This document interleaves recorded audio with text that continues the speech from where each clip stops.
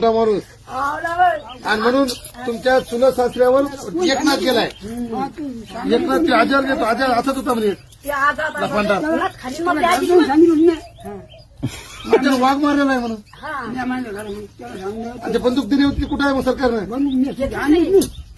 बंदूक आणली मग ती गेली मग लोक म्हणे बंदूक घेतली काय करून घेतली तू मग लोक मग आणलं हे जाण्याचं खेरे का खेरेची पण करणार निर्माण काय चिखलकर त्याला 50 रुपयाची बंदूक करून घेतली. मला म्हणे दुसरं करते मी गेलो गावाला बोलतो मला पुढे बोलून झाली बाई इथं लावून दावडी बाकरा आणि हाणलं हातून घोडी घेतली घोडी बसलो